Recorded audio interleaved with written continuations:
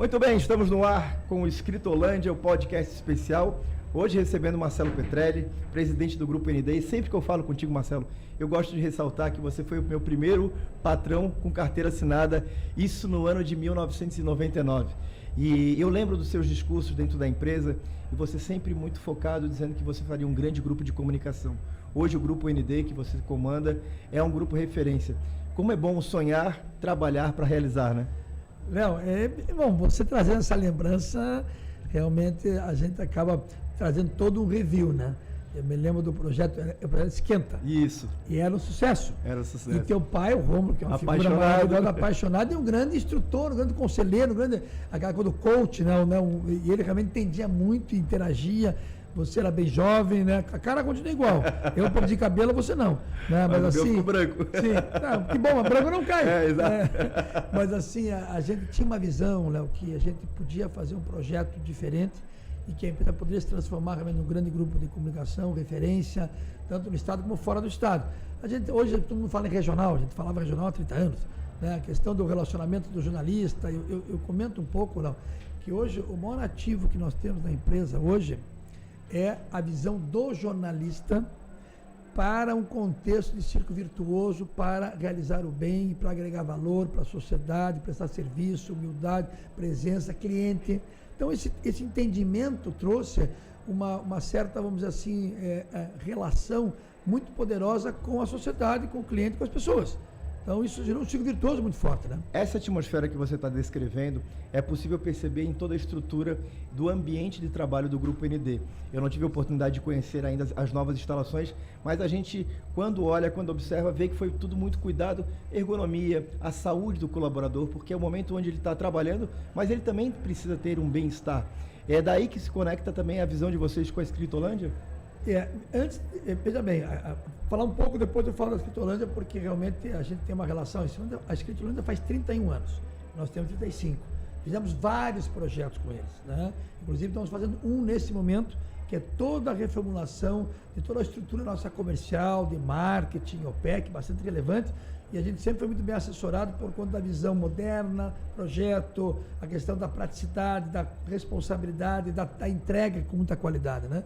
Mas isso colocou, a gente consegue realizar, e o funcionário, o colaborador, não é só a questão da remuneração, que é muito importante, mas a realização, o pertencimento, fazer parte de um projeto que faz parte da empresa e ele realmente também é o líder, o protagonista para que isso seja entregue, realizado, ou melhor, realizado e entregue. Então, trazer, isso a gente faz, né? Então, a gente compartilha muito isso, né? E quando traz Escritolândia, é quase a cereja do bolo, porque qualidade de instalações é fundamental para as pessoas se sentirem prestigiadas, reconhecidas e satisfeitas para poder produzir, né? Marcelo, você, não sei se você concorda comigo, mas eu sempre digo que a empresa é a cara do dono. E o Ivan, olhando a sua história também, o empreendedorismo é o que une, principalmente num estado como Santa Catarina, que é muito ativo no associativismo. Quando você olha uma pessoa como o Ivan, 31 anos, acreditando no sonho, reformulando o seu espaço matriz, onde tudo deu origem, aqui já funciona sozinho. Ele poderia apenas se capitalizar, mas mesmo assim reinveste em uma loja nova, moderna. O quanto isso é importante, não só para a Escritolândia, mas para toda a sociedade. Quando ele me convidou, e o Erasmo esteve lá pessoalmente também, que é o homem da comunicação e também... vive a Escritolândia. Sim, sim. Quando eu fui lá convidar, eu não podia jamais deixar de estar aqui para abraçar, para reconhecer e para parabenizar. Né? Você falou muito bem, o Ivan é uma pessoa jovem, né?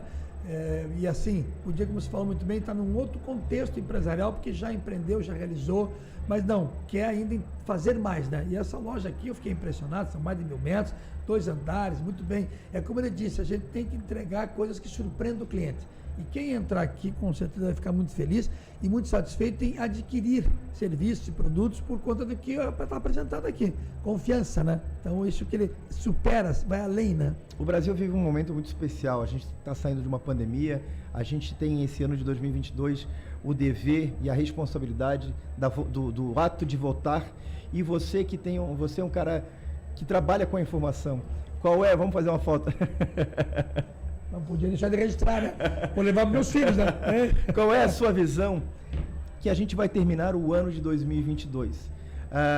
Qual é o sentimento que você, como empreendedor e como um homem que cuida e trabalha com informação, imagina que a gente vai terminar o ano de 2022? Olha, primeiro eu queria dizer uma coisa, Léo, que eu assim, atribuo o atrevimento de comentar isso, de que eu vejo o Brasil, um país continental, com inúmeras qualidades por todo o Brasil, mas eu confesso que Santa Catarina, no meu entendimento, é o que o Brasil deveria ser. É um estado altamente bem dividido, no sentido das pequenas e médias empresas. É um estado onde você tem as pessoas que são trabalhadoras, acordam cedo, são racionais, tem espírito público, tem confiança, quer dizer, tem o aspecto da espiritualidade, do respeito ao cidadão, às leis, à ordem, e claro, trabalham, produzem.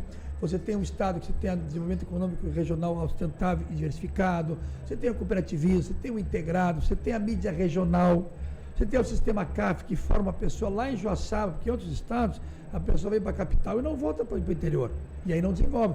Quando a pessoa, eu digo isso há 50 anos do sistema CAF, ela se forma em Joaçaba ou em Xaxerê, ela lá fica, e lá ela entrega o serviço que ela se formou como direito, como administração, como médico, como dentista, ou como engenheiro, arquiteto, e ela não só produz, como ela quer viver bem em qualidade. E aí, como você falou, Santa Catarina tem as empresas que tem o dono, né, para colocar aquela coisa assim, não é o acionista, o dono, e ele quer ver a sua empresa indo bem naquela comunidade, a comunidade indo bem, né? Então eu diria que o nosso Estado é um modelo no sentido de entendimento do Estado e o entendimento do seu papel cidadão. Respondendo a tua pergunta, eu acho que o eleitor brasileiro, ele, em 2018, ele exerceu aquilo que em 2013 ele dizia: nada disso me serve mais. Não sei muito bem o que era, se era o transporte urbano, o preço, se era a saúde, se era a corrupção, mas era um todo, né, que realmente entortou o Brasil, para não dizer apodreceu o Brasil, né? Em 2018 ele foi muito pontual, não estou falando da questão política aqui, mas no sentido de romper com o passado e buscar uma outra oportunidade, uma outra estrada, né? Em 2020, na eleição para prefeito, você vê que o eleitor foi pontual. Ele sabia em quem eleger, ele sabia que é o prefeito que ele conhecia, que entregava, que é honesto, que está lá comprometido, que ele entende, que ele conhece, eu vou votar nele. Então, foi muito claro a eleição para os prefeitos. E agora, 2022, eu acho que vem um eleitor brasileiro bem informado, ele é curioso, ele é politizado no bom sentido da palavra. Efeito da democratização da informação também? Principalmente. E ele é livre, por conta que você falou muito bem, livre, independente e corajoso. E ele está acompanhando tudo, Léo. Ele está 1 ano, 2 anos vendo quem é quem fala com quem não sei o quê. Então ele não vai votar mais de cabresto, ele não vai votar mais iludido. Claro que eu acho que é uma minoria, ainda claro, não foi impactada por isso. A pandemia trouxe, eu estava até comentando hoje, estava num compromisso antes, nós na pandemia todos tivemos que lidar com a morte. Então, todos nós tivemos que nos informar aonde está a verdade. Aumentou o engajamento. Sem dúvida. Aonde que eu vou ter a informação para que eu sobreviva?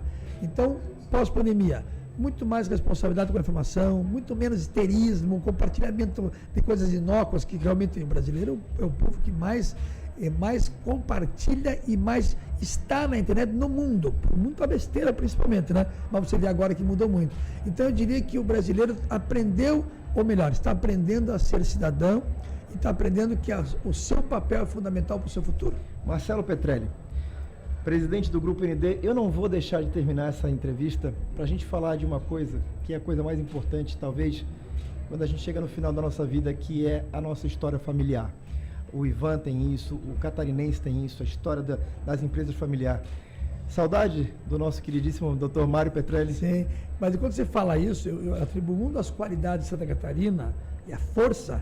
Você tem empresa de bilhão em Timbó. Você tem as 2 maiores produtores de moldura e braço do norte do Brasil de molduras, né? Então você tem o dono, né? E essa questão do dono traz uma referência porque é o avô, é o pai, é o filho, já é a 4ª geração. Então esse ciclo virtuoso faz uma diferença enorme. Então claro que quando você tem uma empresa que ela é profissional, mas ela tem um contexto familiar, claro que faz saudade. Meu pai é uma pessoa que enxergou tudo isso lá no início, como teu pai também, a comunicação, a oportunidade que é fazer comunicação, a responsabilidade que é ter comunicação, né, à sua disposição. E aquela história, é o espírito de servir, né, Léo? Você não pode ter o microfone, você que está há 20 anos fazendo o seu trabalho maravilhoso, tem que ter o espírito de servir, querer fazer o bem com o outro, o bem com a informação que você leva. Somos prestadores de serviço. Sem dúvida, né? Então, claro que dá saudade, eu já perdi meu pai e minha mãe, né? Minha mãe fazem foi em 2008, fazem 14 anos, meu pai foi agora há 2 anos na pandemia, mas não foi por conta do Covid. Mas os dois tiveram uma vida maravilhosa, os dois construíram uma família maravilhosa. O melhor de tudo, o legado que eles deixaram. E aí, quando eles vão, a gente percebe que eles estão, você sabe disso, perdeu o teu pai, eles estão dentro da gente. E aí a gente consegue expor mais até aquilo que eles nos ajudaram a ser, de uma forma mais plena de dar continuidade. Marcelo Petrelli, presidente do Grupo ND, sempre muito bom te ver e te ouvir. Obrigado, foi um prazer vir aqui ao Ivan, a família do Ivan, Escritolândia, há 31 anos, quer dizer, maravilhoso, um privilégio. Obrigado pela oportunidade de falar contigo. Obrigado. Show de bola.